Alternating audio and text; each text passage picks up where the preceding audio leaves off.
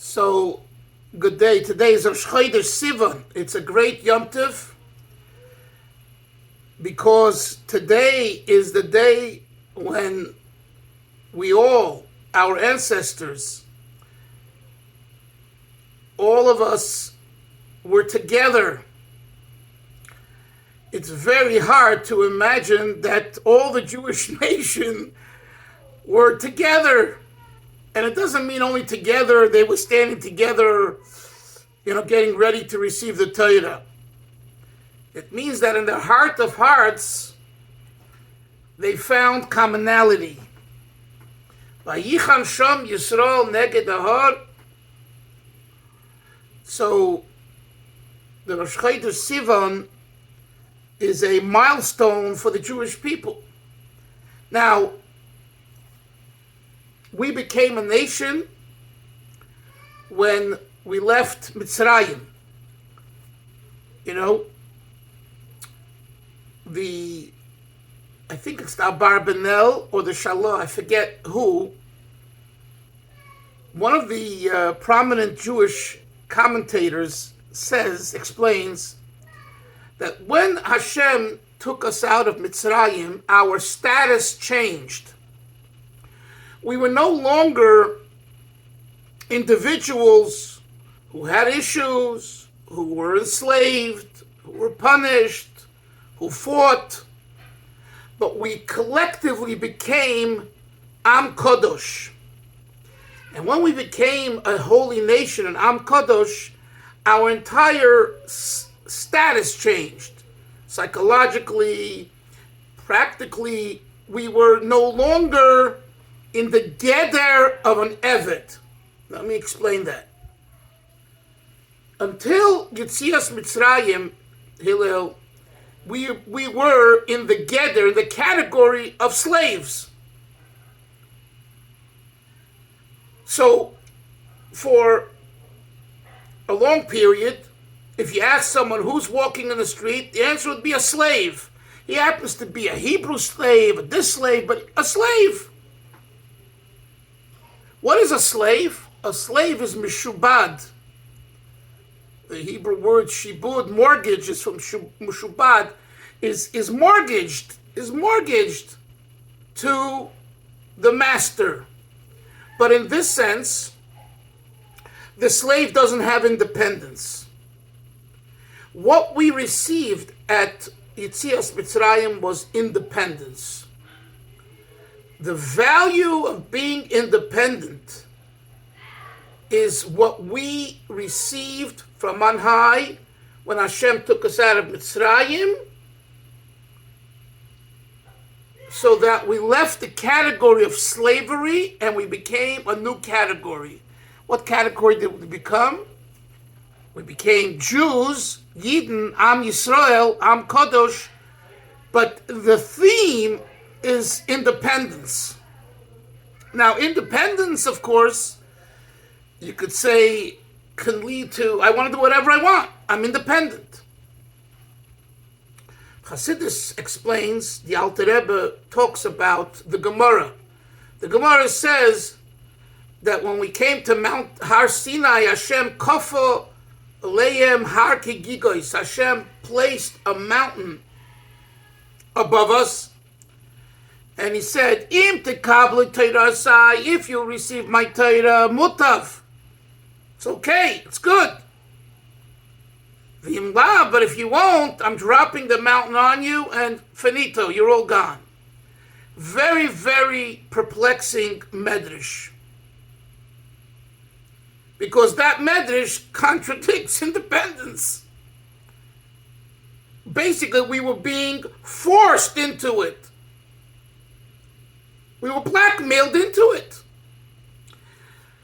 So the Alter Rebbe has a taich based on Kabbalah, and I know that Rabbi Soloveitchik, the Rav, who comes from the household of the Vilna Gaon, the Misnagdim, he really went wild with this thought in a way that he thought it was brilliant, and he was himself brilliant. And that is that Kof Aleim Har Kigigos doesn't mean literally that he put a mountain over our head It's all figurative. What's the pshat? He covered us over. We were hovered over by an ava rabba. I'm not going to go into the details. It's in Likutei Torah. You can learn it yourself. But basically, Hashem placed this abundant love on us before we got the Torah. And by having the ava rabba, we were able to remove the slave mentality and adapt the true independence, which is being a yid, doing what Hashem wants with free will. That's what it means that he gave us, he put a mountain, because a har is associated with Ava. Kofa Aleim is the yin of Makif. Kofa Aleim har ki gigois. So in other words, it's not that Hashem made this Ava our pnimius. No. That we need to work on ourselves, to develop the neshama, the avodas Hashem. But the potentia is there.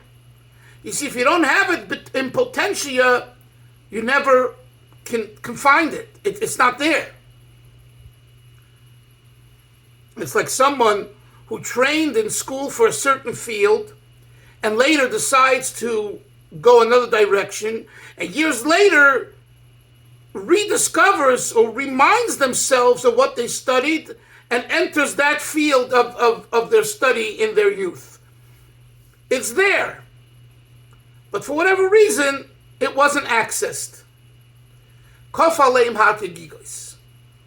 So with this we can understand how it is logically that all the Jews, Vayichan Shom Yisrael, not Vayachanu, right? Rashi says, not they camped, he camped. Vayichan, Loshen Yochid, not Loshen Rabim, singular, not multitude. Why? Because we were Ish Echad, Belev Echad. And you'll notice also in this Chazal, it doesn't just say Belev Echad. I know there's a slogan today, Belev Echad, one heart. Here it also says Ish Echad, Belev Echad. Why does it have to say Ish Echad, Belev Echad? This is my own thinking. So this, I would say, is based on what's brought also in Chassidus, that there's 4 names to a human being: Ish, Enosh, Adam, and Gever. And each represents another aspect of man: the intellect, the emotive, the practical in a sense, and then something that transcends all of the above. Adam is the highest. Then there's. I had this recently. Yeah.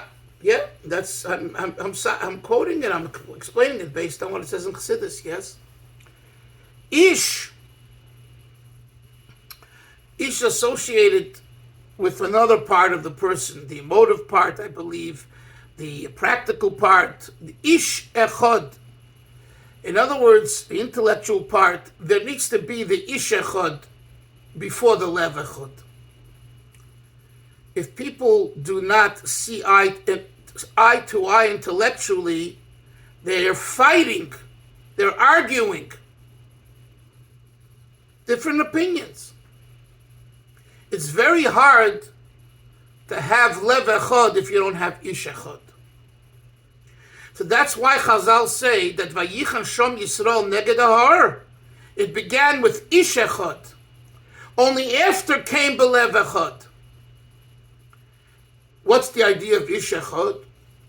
That within every idea of intelligence and seichel, there needs to be explored and found the Echad.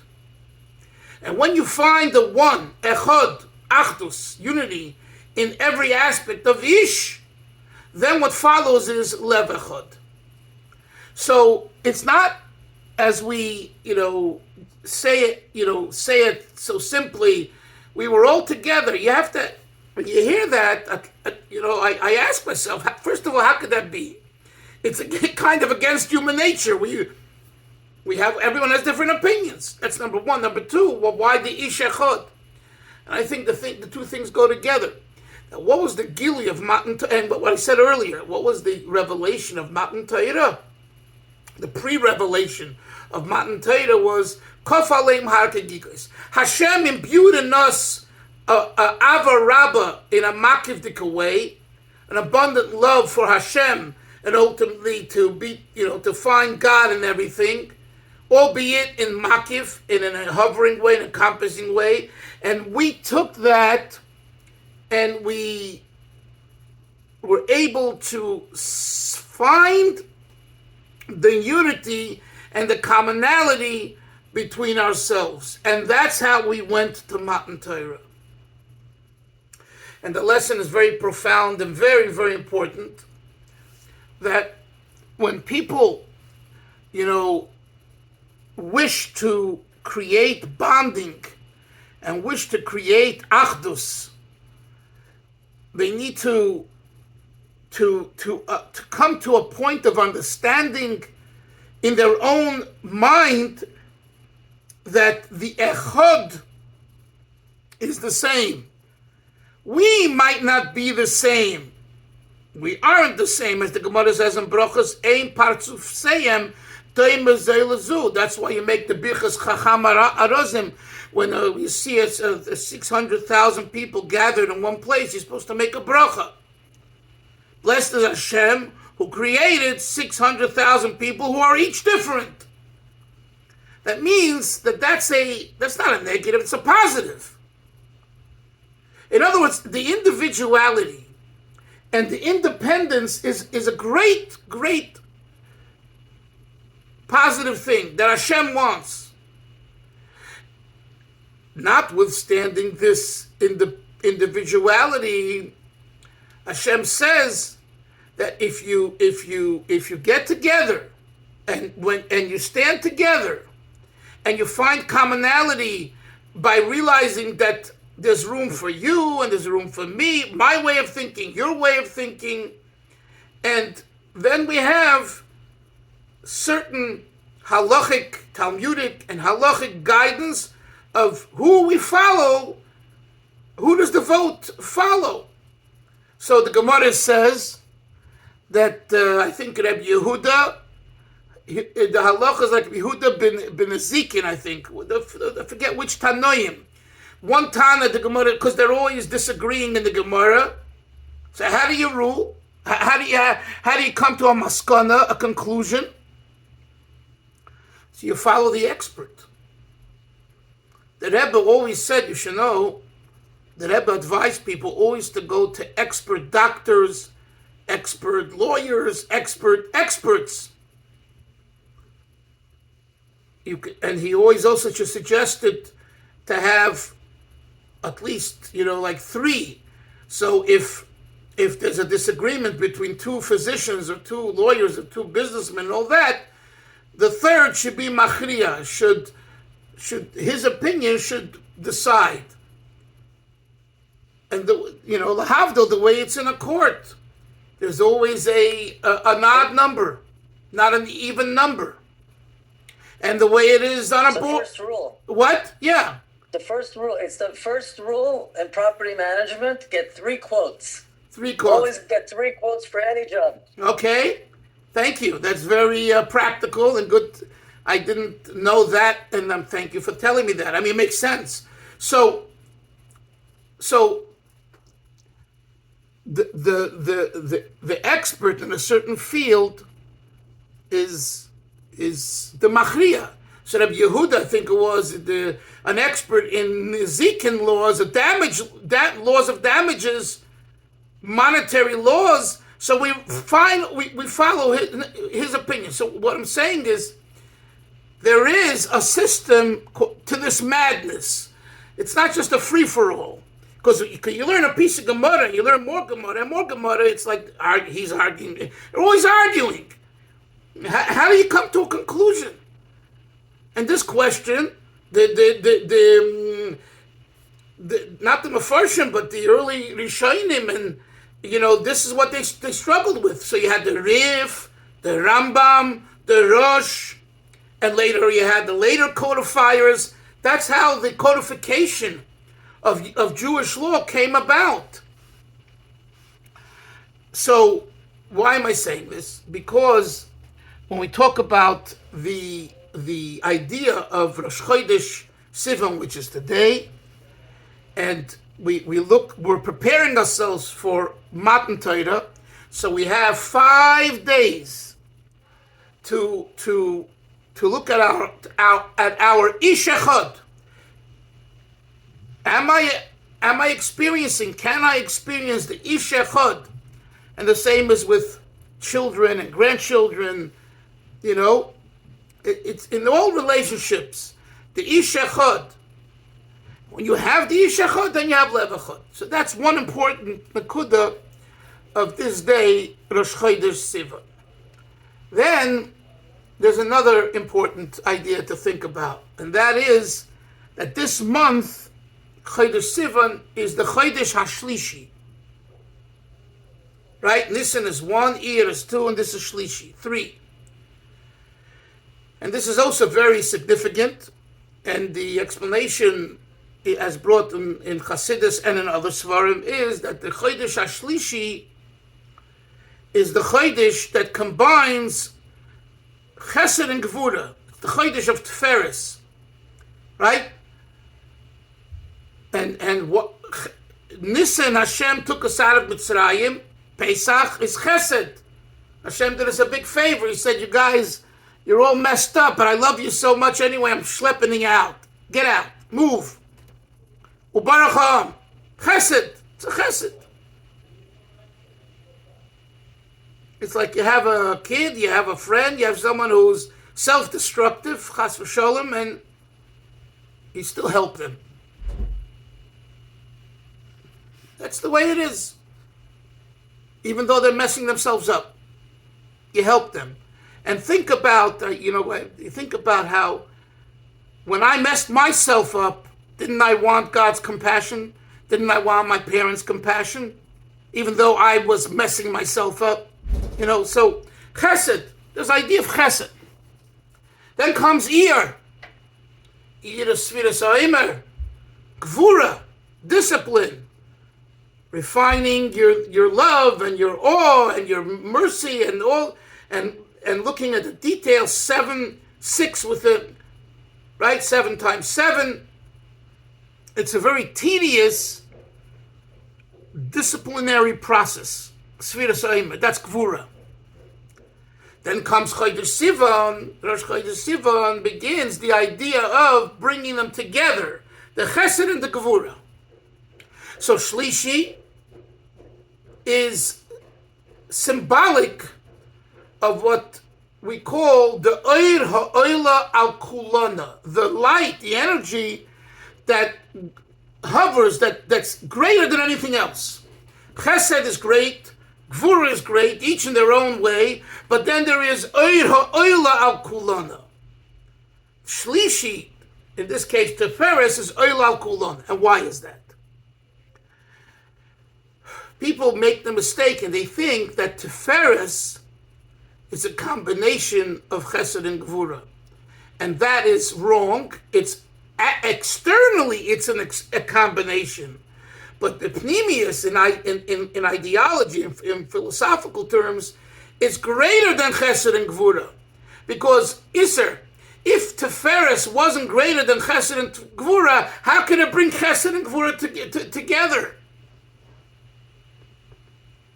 So in order for Tiferes to bring Chesed and Gvura together, Tiferes has to have one up over Chesed and Gvura.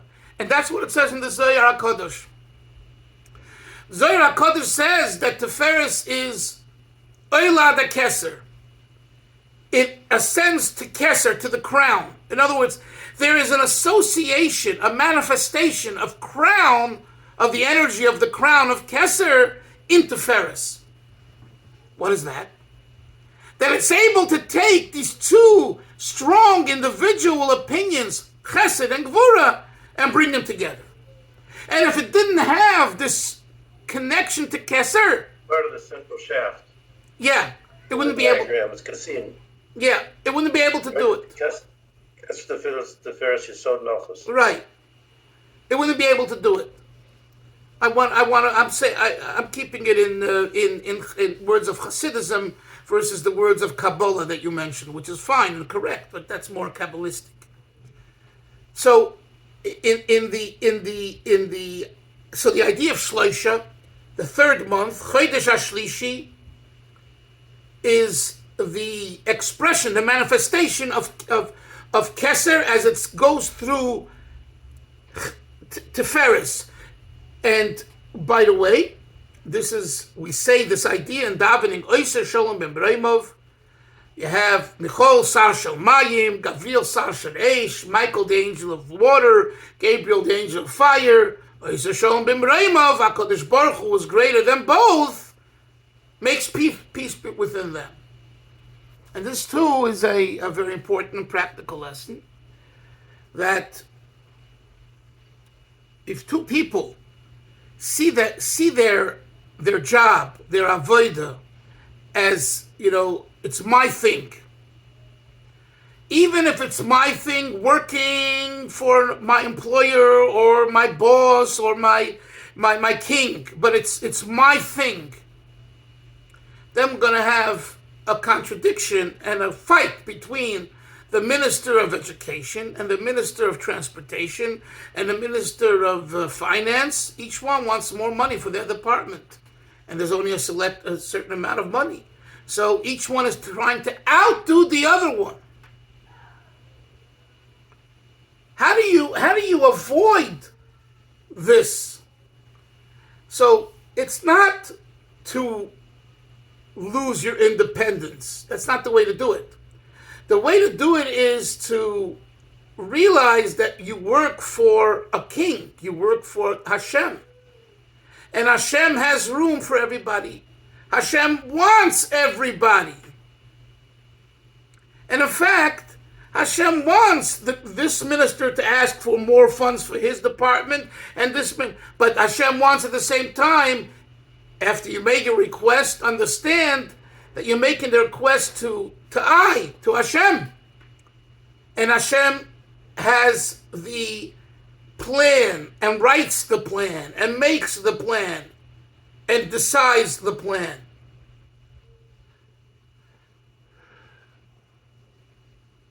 And this was a mainstay in Hasidic life in general,